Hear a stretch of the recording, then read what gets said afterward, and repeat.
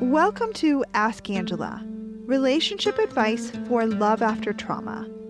I'm Angela Amias, here to help you navigate intimate relationships as I answer real questions about love, loss, and everything in between.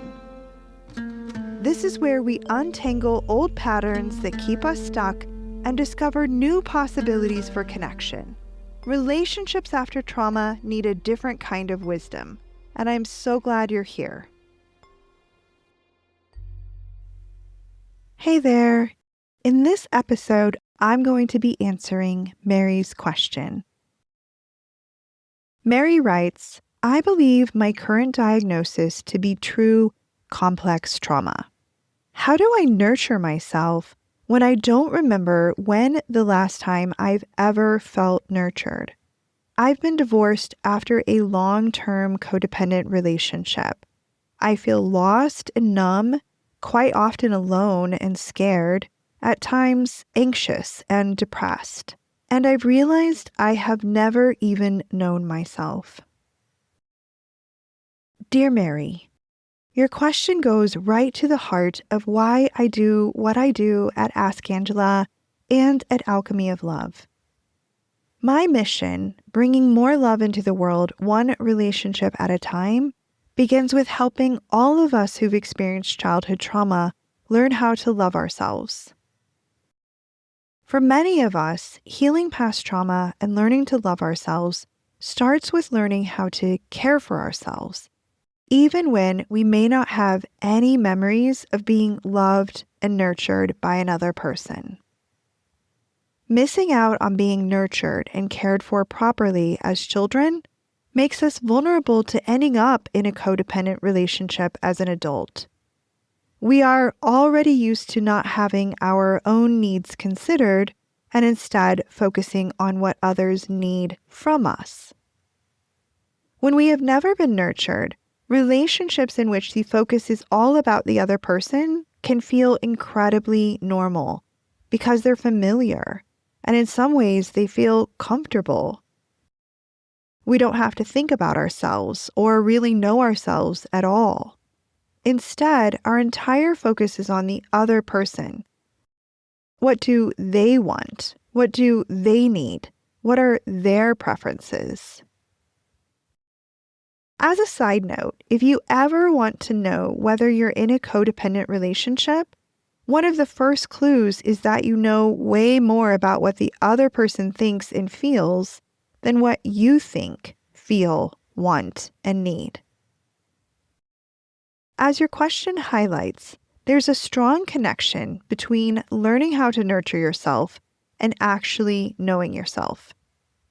So let's talk about getting to know yourself better. This has to come before learning how to care for yourself because you need to actually know yourself before you can discover how to nurture yourself in all the ways that you deserve to be nurtured. Think back on this codependent relationship that you were in for a long time. I bet you could tell me lots and lots of little details about your former partner's likes and dislikes.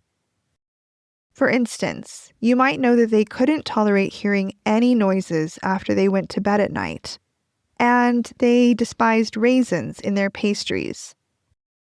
And you couldn't ever wear any perfume because certain smells gave them a headache.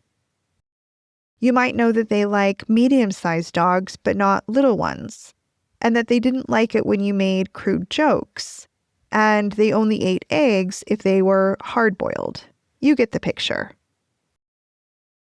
Knowing someone well means knowing lots of little details about them, although it shouldn't ever require you to walk on eggshells in order to accommodate their endless preferences.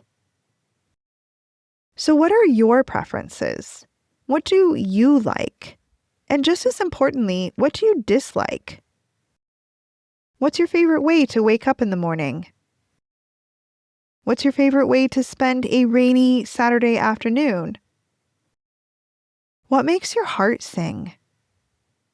Getting to know anyone, including yourself, can feel like a beautiful adventure of discovery.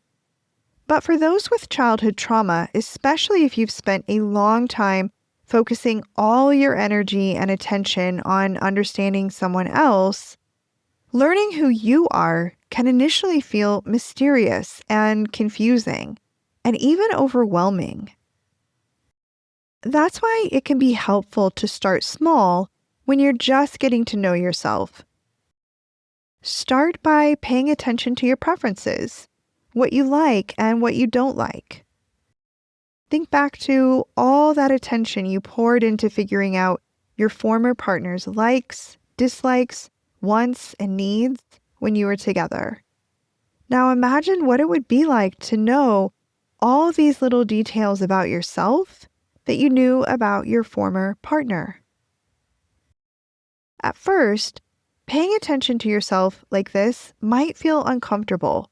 It might feel odd to even consider your own preferences, much less treat them like they actually matter. Your preferences do matter. Attending so closely to your former partner's preferences was probably a survival strategy left over from childhood trauma. There were probably negative consequences for you if you didn't get things just right and overlooked someone else's preferences.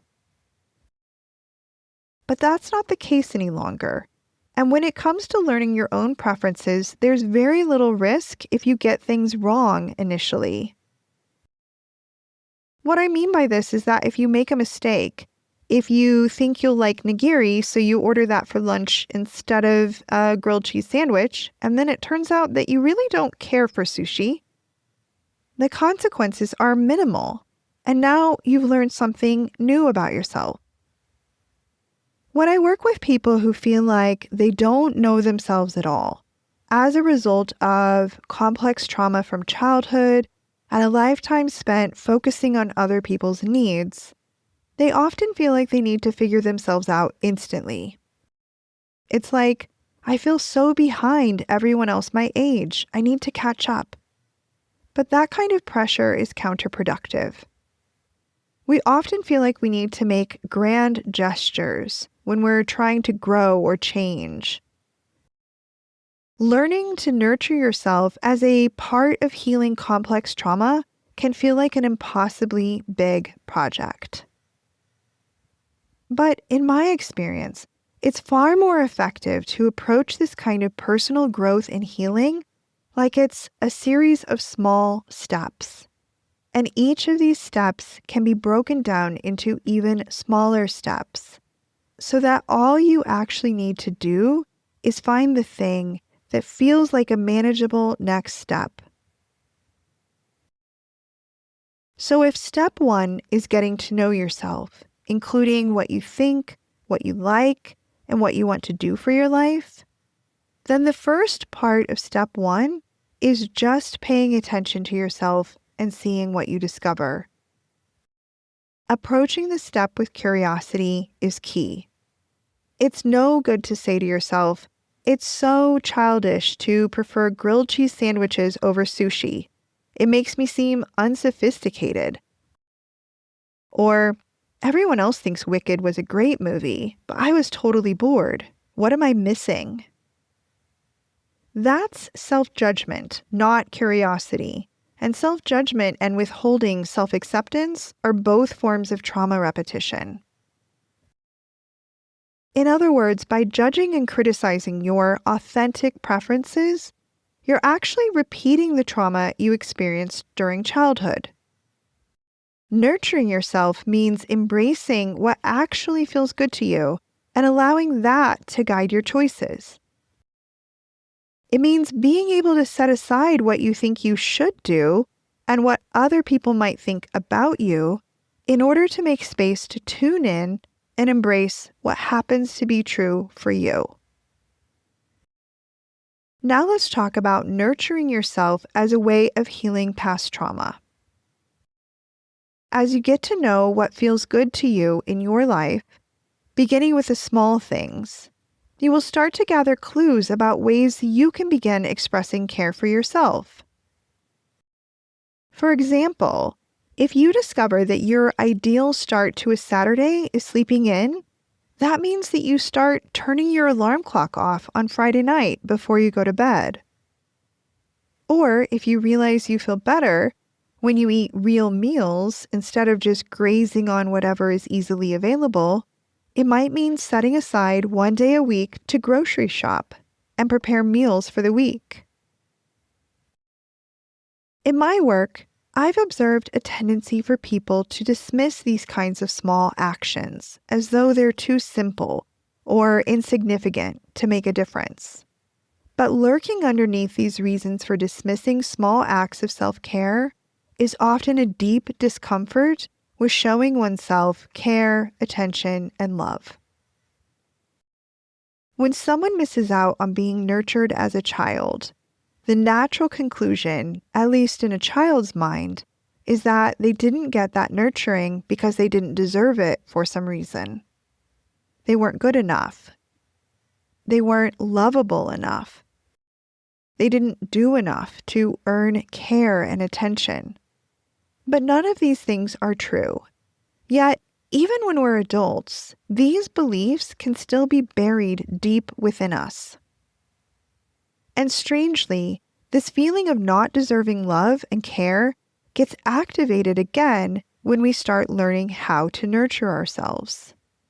In other words, even though it doesn't make sense to our rational mind, it can feel wrong to take care of ourselves and show ourselves love and kindness. It can dredge up feelings of shame and guilt and being undeserving.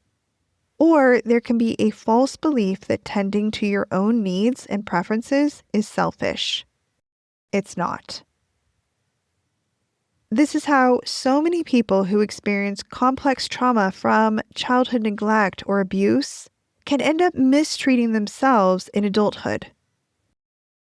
Even though it doesn't feel good, ignoring and neglecting your own needs feels familiar, and therefore it feels normal.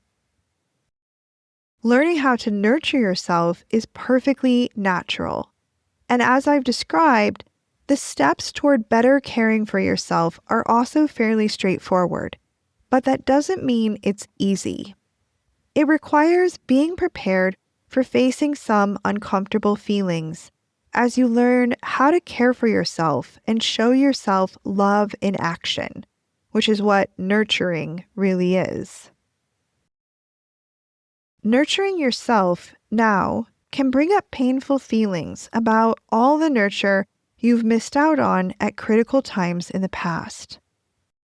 If it feels unbearably uncomfortable, this is definitely a time to get some good support, if you're able to, by finding a trauma-informed therapist, coach, or counselor.